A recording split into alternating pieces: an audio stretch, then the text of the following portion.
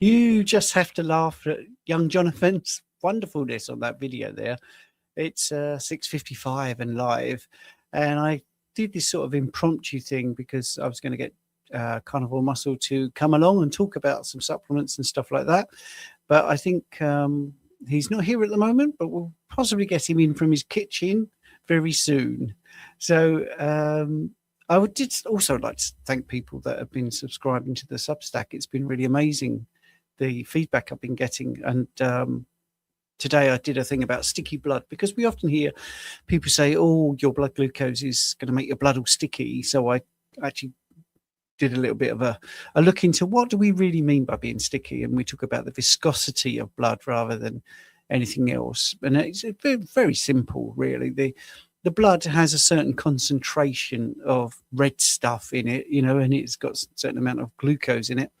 And if you increase the concentration of the glucose, then it gets more, the viscosity changes, and the deformability of the red blood cells also changes because of the way concentration affects how the red blood cell can bend and twist and go through spaces that it's designed to go through. And I'm always talking about this with red blood cells. The deformability is actually a good thing, because if we look at the size of a red blood cell, just to give you an idea, if you take the width of a human hair, you could cut through across the diameter, you could have 10 red blood cells. They are tiny, and we make 2.5 million of them every single second. And so we talked about that, and today I've written one about iodine, which is coming out tomorrow. So anyway, just looking in the background, we've got Jonathan there, so we will get him onto the system and we will talk about supplements. Let's hope that he can hear me loud and clear and I can hear him. Hi, Jonathan. Hello, we're going to test it now. How are you doing? I'm doing good. We've got the sort of Dalek-y sound on the mic, I'm afraid, but let's have a look. Let's see if we can talk about supplements and a little bit about your background and why it's good to be talk about supplements with you. Yeah, sure. So I compiled a little list today, actually. I did a little bit of research with the information I have. I actually had to do this in university. Basically, it was if someone's got a bog standard diet, they walk in from the street, what they're going to take, why they're going to take it. And that was kind of what we had to come up with. And I came up with a list of 7 potential things. That is based on... yes, hang on. Sorry, Jonathan. We're getting that thing that we had before, and a few people have already picked up on it. The audio is a little bit... I'm going to try downstairs if you hold on for a sec. Yeah, of course, absolutely. Yes. We're going to see all your interiors now. So, brand giant house, believe me. DC Rebuilding is saying your mic's crazy, mate. Yeah, Bill Richardson. Everyone's going to tell me how they may have to fix it when I can't. Yeah. It's not a worry, because if we can't do it now, we can always do this another day. Because it's such a good. It's mind-numbing. It's mind-numbing because I've been trying to fix it for about an hour and a half. What's happened to the private chat, Stephen? Private chat? What do you mean I actually put all my notes in there, so if this happened, I wouldn't have a problem. Well, I can't see anything in the private chat. Oh, I haven't even got private chat. Would you mean in WhatsApp, by the way, or? No, it's in StreamYard. I put my notes in there. Ah, I can't see it. It's been cleared for some reason. Yeah, I don't have any private. I can't bring my laptop downstairs because it's all hooked in. If I take out one thing, I'm buggered. Okay. Yeah. Shall we rearrange then? Let's try it. Think?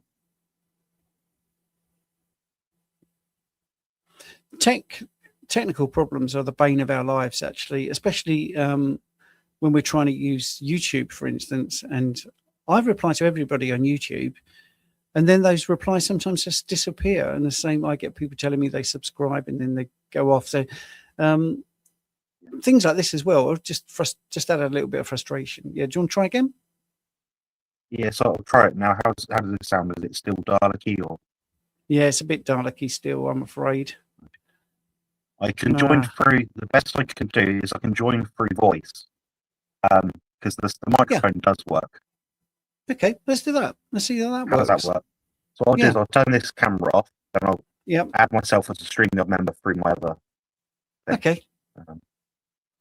Let's do that then. So yes, somebody was asking me about his supplement stack. Yeah, we'll definitely do that. We'll definitely look at the supplement stack that Jonathan does himself, which is interesting because I've been helping people with kidney problems, and Jonathan's been very helpful behind the scenes with a few suggestions for different supplements to try to improve kidney filtration rates, because Jonathan himself has been very successful in improving his kidney filtration rate. So I think that's one of the reasons I was keen to get him on, because there's nothing better than having people make a suggestion that works. So today, for instance, based on client experience, and hopefully people appreciate that, it's real experience. I wrote a thing about iodine, which is where people have slight problems with dosage. Because we do it very precisely, we do an iodine clearance test, we can know whether someone is deficient and what level of deficiency they have. So then you can suggest the correct dosage, which is always in micrograms, by the way. So using drops, for instance, might not be the best thing, because your dosage is still a little bit variant, shall I say, and it can make quite a difference. Whereas if you have something like potassium iodide, which is what happens to iodine anyway, physiological pH, it becomes iodide, you can really dose precisely, and that's ever so handy. So that's just one supplement that we may talk about, we may not, and iodine is a big one to talk about, obviously, because of thyroid issues. And I was also talking about the historical artifacts that prove that iodine deficiency is not new. It's not a modern thing, although people try to push it as such. Because if you look at paintings in the Renaissance, and this is all in my Substack tomorrow, we can see even paintings from Michelangelo, which is, he knew a bit about anatomy. I think he was pretty famous for that. There are people with goiters. There are people with thyroid problems. So let's put Jonathan on, add him to the stage, just his voice, see how that works. How does that sound? That's great, but except a slight echo. I can hear me. Can you do can you put headphones on? The headphones are attached. Yeah, can you not wear them? No, because they're a 3.5 mil jack, and my phone's a USB-C. Right.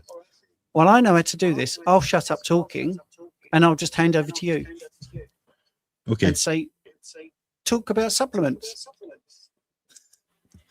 All right.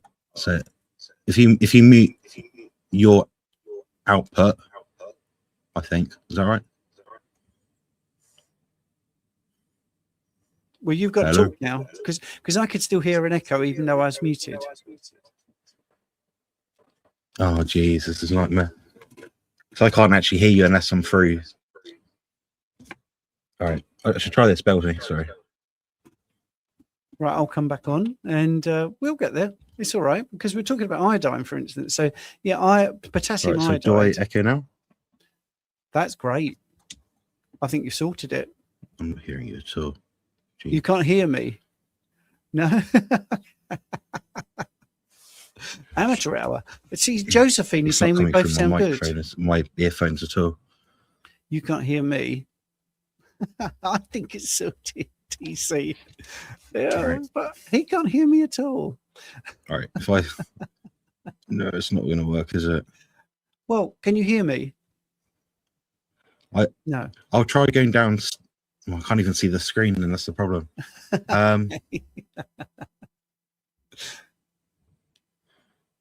No worries. I don't know. The thing is, I can't actually do anything. I'm completely stuck. Well, you could just talk about supplements. I've got no jack. I've not got the correct jack for my phone. That's the problem. Okay, all right. Well, if I carry on talking, just bear in mind right now I can't hear you at all. Yeah, cool. Yeah, so I've basically compiled a list of 7 different supplements. So I'll go over this first, and I'll go through my sort of kidney protocol, so to speak. So this is based on the average person walking to my clinic off the street. It sort of considers mortality, evolutionary adaptations, limitations of our typical current lifestyles. It's based on the most robust, reliable, repeatable data that we have.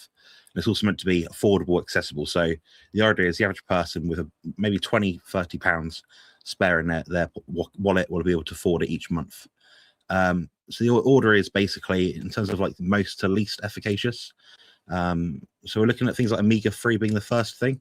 Now we're talking strictly about supplements. We're not talking about, adding it if you're already sufficient in it within your diet. This is a case of the average person that doesn't perhaps have it in their diet, or maybe they can't access it, they can't afford lots of good quality fish, things like that. The first one's omega-3. So basically can reduce cardiovascular events.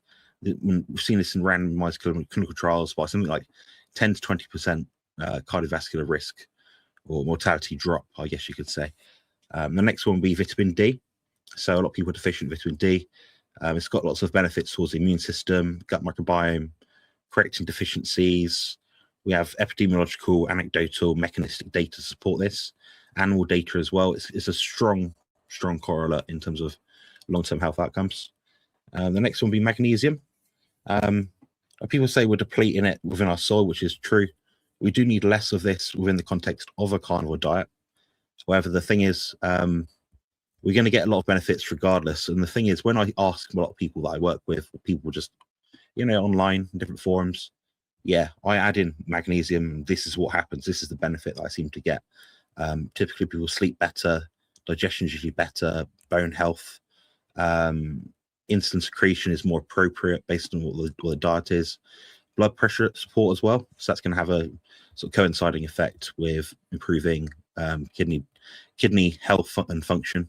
What we know about kidneys is the more glucose we have in the body, the more blood pressure we have, the more strain in the kidneys, the quicker we die. Long story short. The next thing as well is taurine, as you can probably imagine, is that it's going to come up if you're any sort of proponent or follower of Harry Sopanos over in Australia.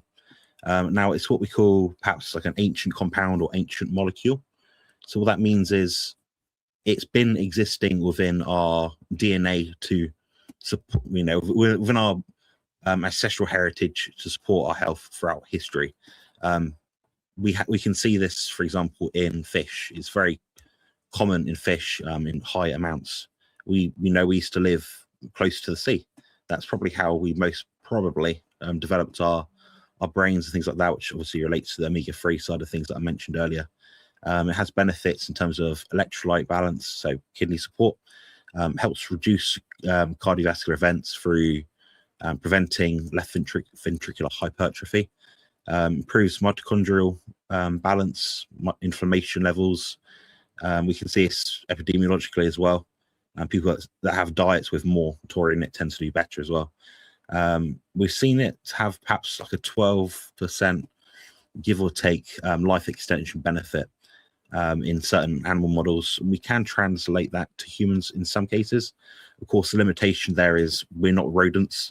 They've got a different sleep and wake cycle to us, so it's a bit more tricky to really pin it down. But taurine seems to be a beneficial supplement more than not. I don't see many people having issues with it, unless perhaps they have some kind of sulfur metabolic or genetic adaptation issues, which perhaps prevent them tolerating as much as other people. But it just means we don't need as much, generally speaking. Now, the next thing I'm going to go over is NAC. You'll see this a lot online in different videos. NAC, life extension, this, that, and the other. And nowadays it's something that's more useful than not. Our glutathione levels in general deplete very quickly as we age. And we see that NAC is basically a precursor for that kind of molecule. What we'll see is it help with antioxidant levels throughout the body, so help reduce the toxicity in our body over time. We can look at the glutathione redox kind of potential of it.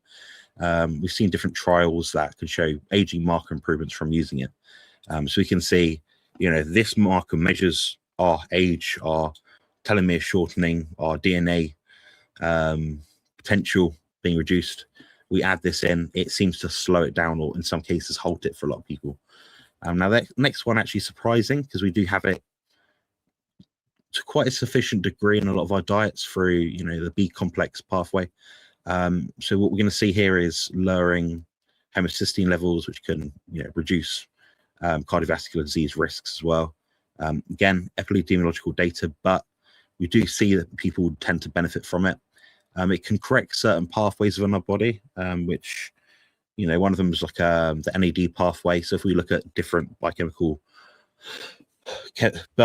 cascades throughout the body, if we can plug a gap somewhere because we're deficient in our diet, because maybe we don't consume organ meats, maybe we don't consume eggs, something like that, then yeah, you're going to get benefit from a B complex, in my opinion. Some people don't eat enough meat, and if you're eating, low quality meats because you can't afford it, something like a B complex could be really useful, because they're pennies to buy. Even a decent quality one, you're looking at maybe 10, 20 pence per day, or maybe 30 cents per day, just to have a really good quality product. Now, saying this, if you take too much, it can cause problems downstream. So the idea is you're only going to plug these things in when there's deficiency, but what you want to do is use these things to your advantage if you suspect deficiency. Now, if you add them in willy-nilly just because you said, you heard Jonathan say on the podcast once, he said it was good. I'm not saying any of these things are essential or they're needed at all, but I'm saying, yeah, if the average person comes to me on the street, this is what I'm probably going to recommend. And there are people out there, vegans especially, low in a lot of B vitamins, particularly B12, which is found in animal foods. Now, the last one I actually looked at, thanks to Coach Stephen here, that was potassium iodide. This links to actually a little write-up he's doing soon, or perhaps tomorrow, this week at some point. I think he just mentioned earlier. Now, a lot of people don't actually consume much fish. Generally, fish can be quite expensive to get it sourced correctly in an affordable kind of manner. So in that case, plugging a gap in this case, yeah, it can be really helpful. So it can help support the thyroid levels throughout the body, and work in tandem with things like selenium to help collate different toxins in the body, so we can actually excrete them. We could go into the whole lifestyle side of things and saunas and things as well, but generally speaking, a lot of people lack time, so it's easier for a lot of people to say, add a supplement, this is how it fixes it, this is why. And also you can actually use these things as well locally or topically, on your skin, so it can help prevent a lot of infections or diseases in that kind of case. So yeah, the potassium is going to be the last one. What I'll actually do just after this live stream on both of our channels is I'll write below just references just to support these claims, so this is where my information has come from, just through looking through the literature that we do currently have. Now, if you're ready, Stephen, if you're happy, I can go over the kidney health protocol, if that suits you. Yeah, nice one. So so basically over the years I've had different health issues personally.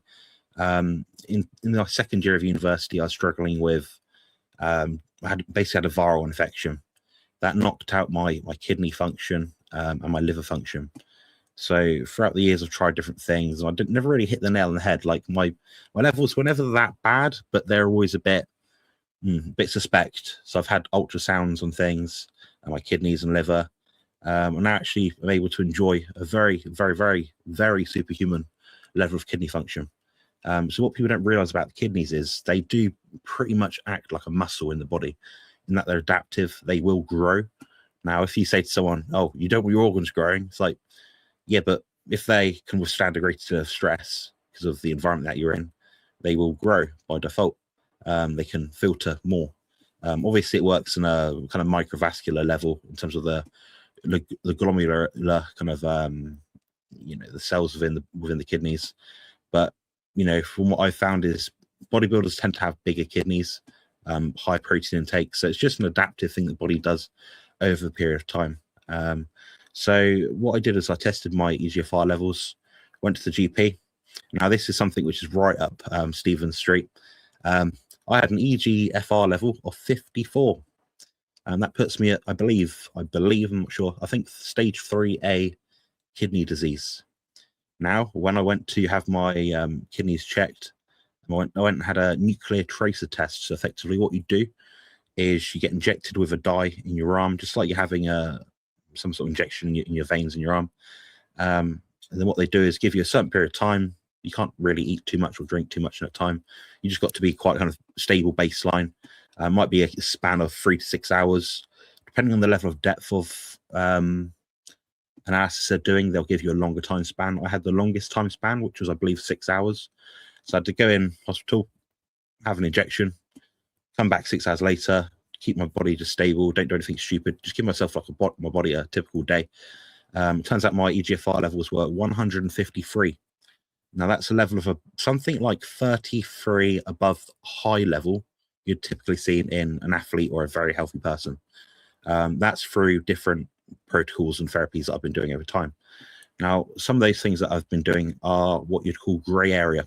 So this is not medical advice. This is not something where I'm telling people to do. If you listen to this and thinking, this is the protocol, it might not be. It might not fix you. I'm not saying it will. This is what I looked at, the literature I found, and these certain kind of things over time. So the compounds which I'll go over, you should be able to access. Some of them are, like I said, rare. So do your own research, do your own looks at the dosing. Now, what they were astragalus root extract. What they find is that helps improve the filtration rate of the kidneys. They've also got a protective effect as well.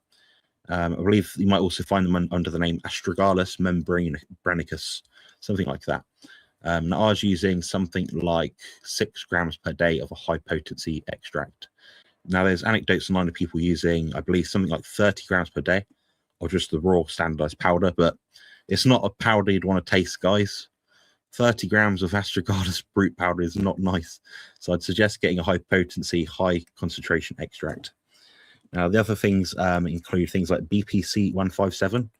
That's basically, it's a molecule you'll find in your guts predominantly. Now, a healthy body will produce enough, and a healthy body might not. So you can supplement with that either orally or for injection. Or injection is obviously going to be a higher risk in terms of risk of infection, things like that. But at the same time, you do get more bang for your buck. The other way you can administer it is orally, and that's also got some gut protective effects as well. I was using a dose of around 2 milligrams per day, and the oral versus injection dose tends to be about the same, if I'm honest. The injection might be a slight bit less.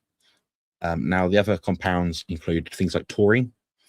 That, again, will improve the osmolytic balance of your body in terms of like making sure sodium's where it's meant to be, calcium, potassium is where it's meant to be as well.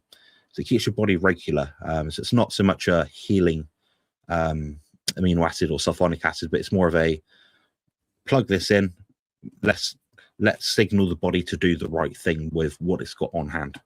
It also has some mitochondrial benefits as well. Now, the other compounds included something called SS31, which I believe is called something like elameritide. Now, this again is a signaling molecule.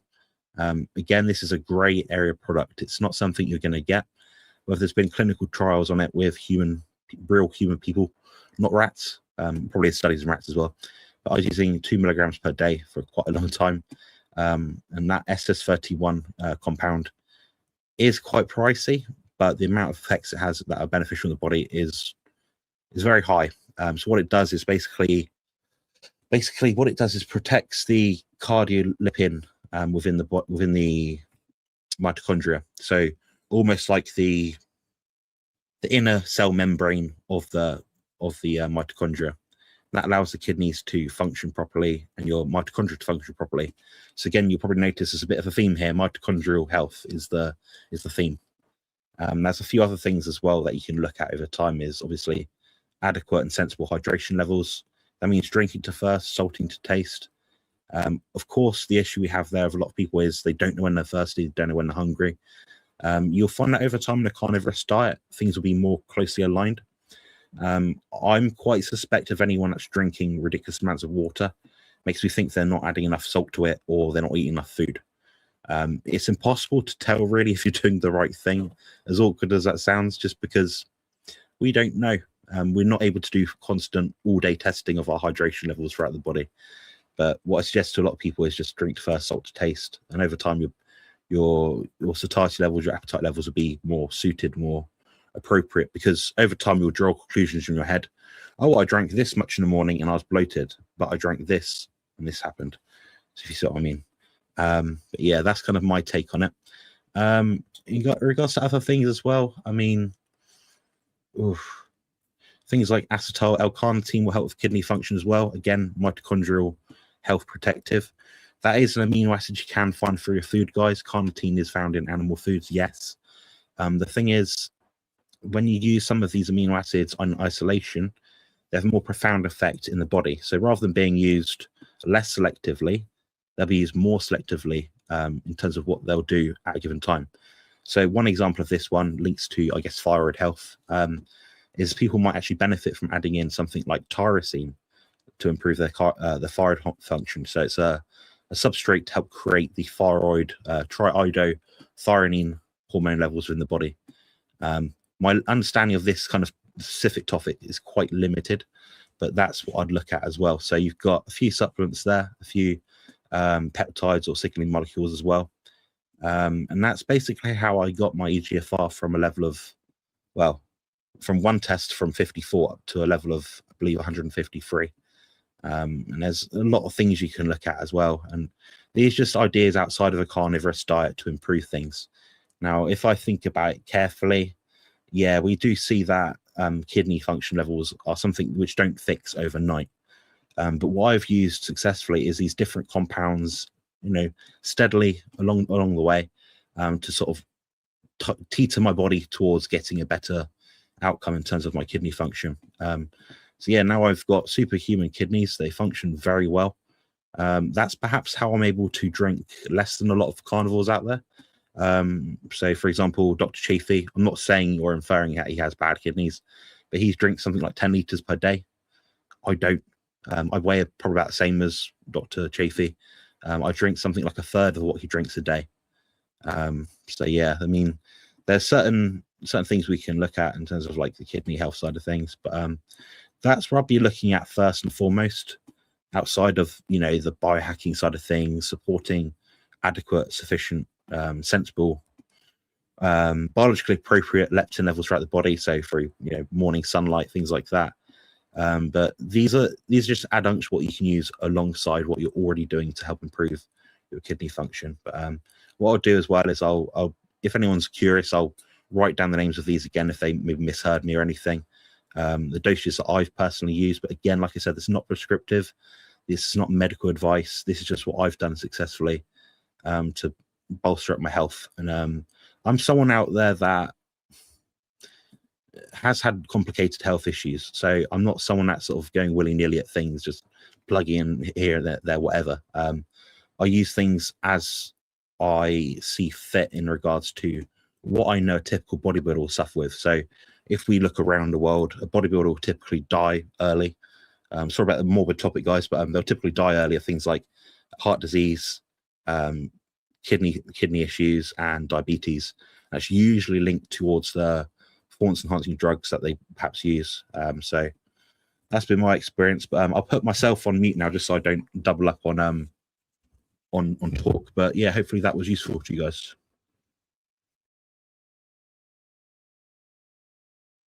Jonathan, can you see the question? What type of magnesium would you recommend? What dosage would you start with taurine? I see. Yeah, good question, Lisa. So magnesium, we've got to be very careful and distinct here when talking about this, because there's elemental magnesium, then there's the full magnesium with the chelated associated amino acid or compound attached to it. So in terms of the elemental magnesium level, it's very weight and body weight and symptom dependent. What you want to be careful with is your heart, in terms of making sure it doesn't beat too slowly. Now, some people will actually use these things to de-stress, de-calm themselves, but some people can experience bad effects in terms of their heart rate, which can make them feel lackadaisical, perhaps have issues with the digestion. So again, it supports digestion at adequate amounts, but it doesn't help beyond a certain point. In terms of the dosage, we're looking at something like, again, it depends. I'd say 100 to maybe 500 milligrams of elemental magnesium per day. Now, 500 would be reserved for bigger people like myself, people that sweat a lot. Some people might even use more. Personally, my intake each day in regards to magnesium from diet and supplementation is something like 1200 milligrams per day. which is a very high amount of elemental magnesium. But just be careful, because when you read the packets and things, it will say magnesium, of which elemental magnesium. So don't get that wrong, guys. Don't mess around. If you're not sure, read up on it. Comment below the video or something, and I'll obviously direct you and make sure that you're reading the right dose. But typically, with most magnesiums, you'll find about 10 to 20% of the total amount of magnesium, i.e. bisglycinate, citrate, threonate, taurate, there's probably a few more, chelate. You'll find that it's about 10 to 20% of it being the actual elemental amount of magnesium. So, for example, magnesium citrate, to my memory, is something like 1,000 milligram capsule or tablets might amount to something like 10% elemental magnesium. So that's what you're looking at. So usually a supplement's going to be about 500 milligrams, something like that. In terms of the type, you can look at the amino acid that it's attached to get to work out what benefit it will have. Magnesium taurate, for example, protective of the heart, helps support energy levels, supports appropriate lactate levels within the body. So you can exercise effectively, so you can create energy and use it as a kind of a buffer in regards to like pain tolerance when you're exercising. Magnesium citrate, also good, dissolves quickly, absorbs quickly, but it can give you the well, it can give you the the number twos basically. I won't say much more than that, but you want to use the correct dose. But if you're concerned and you're getting a lot of digestive issues, things are running through you quickly, yeah, you're probably using too much, in which case you might use something like magnesium bisglycinate. So again, bis meaning bi, meaning two, and glycinate, glycine, meaning the amino acid glycine. That has a stimulating effect on the GABAergic pathway, which is quite useful when you're trying to sleep. So I might suggest something like that if you're someone that's trouble sleeping. Now, the other one is magnesium threonate. That's got an interesting benefit, actually, because that's attached to an amino acid, which can actually pass the blood-brain barrier. It is the most expensive one, but it does provide some cognitive benefits. So, for example, if you have ADHD, perhaps brain fog, autism like myself, that's going to be a more beneficial compound for you. Personally, I use magnesium threonate throughout the day. At night time, I use magnesium bisglycinate at night. That's what I find the most beneficial. Some people will use magnesium citrate in the day because it absorbs very quickly, but that's more of a case of someone that might have chronic migraines. The first port of call for someone with chronic migraines, headaches, is magnesium. Of course, outside of being hydrated and normal stuff like that. So that's where you might use that one. But generally speaking, the more efficacious the product, the more expensive it seems to be. I'd personally avoid the blends. Now, I know there is a product out there by, I believe it's Bio-Optimizers. It has like 7 types in it. You don't need 7 types, guys. You just need the type that's going to benefit you the most. So it might be that you have constipation in the morning. Okay, magnesium citrate is going to be your best bet. If you notice a pattern every single day, you wake up with that. That's how you might use it as an intervention or adjunct. Again, it doesn't necessarily always solve the root cause of the problem. But in a world where we're sort of deplete of magnesium in terms of our soils, it can be useful.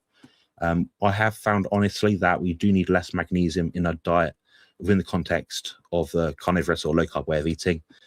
Just because we absorb more of it, there's less toxins, less negative chelation. One example we might actually use is, I'll use a pretty common one.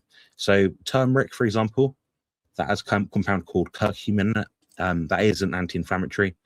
The problem with it is that if you're not using a standardized extract with a high potency amount of curcumin in it, then you're going to be absorbing a product with a lot of oxalate in it. Oxalate is a negative chelator of many minerals, mainly iron. I know a lot of women out there with perhaps arthritis, hip operations, sore knees. I'm going to take turmeric. It's good for inflammation. They said it in Holland & Barrett, innit? Well, I used to work at Holland & Barrett, and I barely ever recommended it, guys. It's not my favorite product because of the negative chelation on iron. If you're a lady trying to give birth to a child, trying to conceive, or if you're a man or anyone pretty much that might be prone to iron deficiency anemia, that's where it's going to be contraindicated. Now, a lot of people are deficient in iron.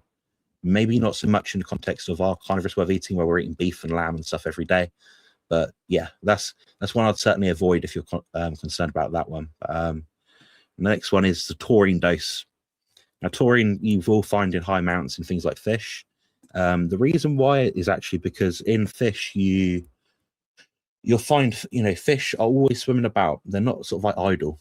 They're not like us humans. So they actually need more taurine, which will have the same benefit in their body as it was in a human body, in that it's an antioxidant. They need more of it because they're flushing in and out water through their gills, and that's how they breathe. So they need more taurine to tolerate and deal with that. Also, because they have such a high activity level, they need more antioxidants. The heart of these animals is going to be under more stress, so they're going to need more taurine. You'll find taurine for that reason in high concentrations in pretty much any organ, meat, and heart, and things like that. It's a potent antioxidant, basically. That's the main kind of impact you can have there. In terms of dose, it does depend. Seriously, it really does depend. But I've personally recommended doses of something around about 500 milligrams at the very lowest end, up to about 10 grams. I use about 10 grams per day. I do notice a very strong benefit in terms of performance enhancement in the gym, and that has a profound effect on buffering lactic acid, increasing exercise duration and endurance, strength levels, things like that, and also helps with inflammation as well. And if you're someone that is perhaps doing long distance runs, maybe you don't want an enlarged heart over time. My heart is a normal size heart for a 6'1", 30-year-old male, and that's unheard of in the context of a bodybuilder. You don't hear of that. Nearly every bodybuilder has a large heart, and that's because I've been using taurine for the past 7 or 8 years at a high dose. So I've helped prevent that left ventricular hypertrophy, basically. So what you've seen here is I've covered the main elements of what would harm a bodybuilder, an athlete. It's going to be your kidneys, your heart, perhaps your brain as well. So a lot of these things are useful adjuncts, and like I said at the start, these are all quite affordable things. None of these things I'm sort of saying to you as if to say, buy this expensive $200 supplement per month. These are all things you could actively afford for something, silly, maybe $30 a month. You could afford all these things, So I've got a question from Polish Mike now as well. So here's the question. As a frequent blood donor, I'm considering doing other donation types as well, like platelet and plasma. Do you have any tips on how to get the veins popping so it's easy to insert bigger needles? Yeah. Bigger veins. So you're looking at things like, obviously, keeping warm. Don't go in there in the cold without a woolly hat on. Wear gloves if you have to, sensible things like that. Some people add in, like a bolus of sugar. I'm not convinced that makes much difference. It seems to be more impactful to have the sodium in your body at an adequate amount. So what you might notice, guys, if you're ever running a bit low on sodium, you've done a fast, a bit of water as well. There we go. I'm gonna have a little drink now as well, actually. Hold on. Yeah, so you need to keep your water intake up as well, because that's going to make a significant amount of your blood volume. If you're dehydrated in the morning, not a good idea. So some people will actually have a method to it. If it's something you're frequently doing, and for example, like me, I have a regular blood test every, 6 to 10 weeks, depending on what my body's doing at the time. I'll make sure that I've always had about 500 milliliters to a liter, and also no coffee. That's a vasoconstrictor. So Stephen here's giving me some notes because I tend to ramble a bit and go into too much detail about the most bizarre things. But yeah, the problem with the coffee as well is, it's one, it's not going to contribute meaningfully to your blood volume.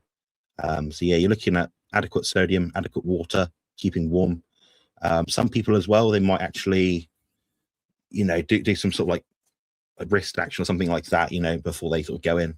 So I'm keeping active, warm, using your grip, things like that. So they're sort of main sort of ports of call I'll be looking at. And bigger needles, of course, you're going to need bigger needles to get blood out quicker. No one wants to be sat there with blood dripping out their arm for 4 hours or whatever it is. Or, you want to get it out quick. Now, is there a way to know if you have a taurine deficiency? I'm not taking lab work, of course, but symptoms. Can you disrupt any amino acid balances when taking taurine? To my knowledge, no. And I'm going to say that based on speculation. Just in that I've known people that have taken obscene amounts of taurine, perhaps for preventative big C cases. It seems to be a helpful molecule in that regard. And they don't seem to be having a profound effect. There is one issue that some people with poor sulfur excretion pathways, it can really make them a bit gassy. a bit, burps, things like that. So stomach discomfort, things like that. It's going to be a main kind of look at in regards to taurine deficiency. So what else is there? The other thing is just noticing any benefits as well. It doesn't, if you're deficient in something, you need to work out, okay, you do 5 grams a day split up for a week, or 3 grams or 1 gram 3 times per day for a week. How do you feel? Measure things throughout your body in terms of like maybe your hydration levels. Do you have a dry mouth? What's your heart rate doing? So these things can have quite a strong effect, and especially if you use in isolation. One thing I would say, actually, just as a point of importance, when you're using any amino acid at all, a lot of people actually add them to water and drink it throughout the day. My suggestion is to not do that. Obviously, you've got to find a way to get it in, but try and just use it as you're drinking it. The thing is, they can convert into other things downstream. For example, creatine. So that's going to be something that's really going to wind you up when you're spending, like, I don't know, 50p a day on creatine over a few months, sort of thing. You're not actually absorbing all of it, and it's just being turned into a downstream amino acid in water. So there's that as well. Some things can oxidize quite easily. Amino acids, it's not as likely, but it's just best practice to sort of make sure you're having things as you take them. That's why I actually recommend capsules for a lot of people. I'd say if you're using any amino acids under the dose of around about 3 grams, just to use capsules. If you're using 10 grams of taurine like me, what I'm doing, for example, would be morning, lunch, and night. About 3 grams. Maybe like a teaspoon each time. I'll just drink that with or after a meal, sort of thing. That's how I'd be using it. Also, Stephen's written here: blood levels fluctuate based on recent meals. Blood taurine does not equal tissue cellular taurine levels. No agreed optimal reference ranges. Deficiency is very rare in meat eaters, and I would agree, to be honest. And tests exist but aren't practical or reliable enough on a carnivore diet, and deficiency is extremely unlikely. And I'd completely agree. There's so many problems with the tissue levels of certain amino acids. I mean, you could measure your blood levels of CoQ10, for example.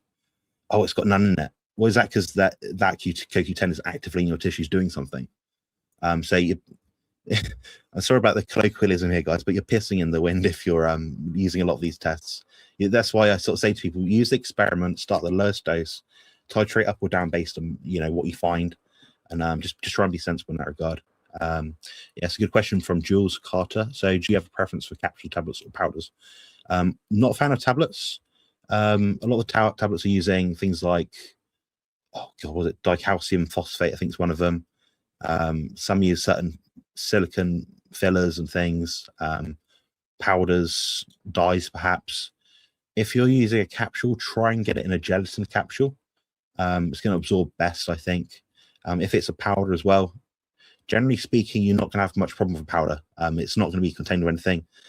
It's unlikely to have any sweeteners or additives if you just buy, 100% taurine powder, for example. I actually did a lot of work with. I was actually the buyer for the health food shop that I used to run. I was managing a lot of staff, and I was responsible for choosing certain supplements. Now, the sort of team below me they weren't uneducated, but they didn't really know about things. They just thought, oh, it's a vegetarian capsule, so it must be good. It's like, well, your body still has to deal with the cellulose capsule. It's still got to, you've still got to find a way to tolerate and deal with that cellulase. So it's a bit like the idea of carbonated water. It's not going to kill you, but your body still has to deal with it. It could be a potential disruptor. So if you're looking for absolute maximal health, ideally just use the straight powder. If you're not taking any additional risks, in my opinion. But if you're using capsule, find a gelatin capsule. Some people capsulate it themselves. I've got down here somewhere my own capsule. So if I want to make, for example, a tyrosine capsule before the gym, maybe I don't want to put it in a drink for some reason, I'll just put it in a gelatin capsule. There's nothing wrong with that. Like I said before, less than 3 grams capsules, more than 3 grams, perhaps use powders, perhaps. There's no more questions. No more questions, apparently. So I'll put you on mute now. Is that right? Yeah, that's Jonathan. That's brilliant. It's a shame you can't hear me because I just want to say that was really great, and lots of people commenting how great that was. What I'll do with this live stream is I'll edit out the beginning, and I'll post it with just where we got into the sound and we worked it all out. So I want to thank everybody for tuning in and the great questions. Jonathan didn't need me anyway, because that's the reason he's here. So that worked perfectly. And we'll do another one soon. We'll get the sound sorted out. So we'll jump straight in with the really professional way that we're doing it. So I did put Jonathan's YouTube channel up. Make sure you like and subscribe over there. And if you want us to do another one and go more into supplements, more into nutrition, that would be great, actually. I'm quite happy to just sit here and soak up all the knowledge. So everyone on YouTube, thank you for checking us out. 45 minutes.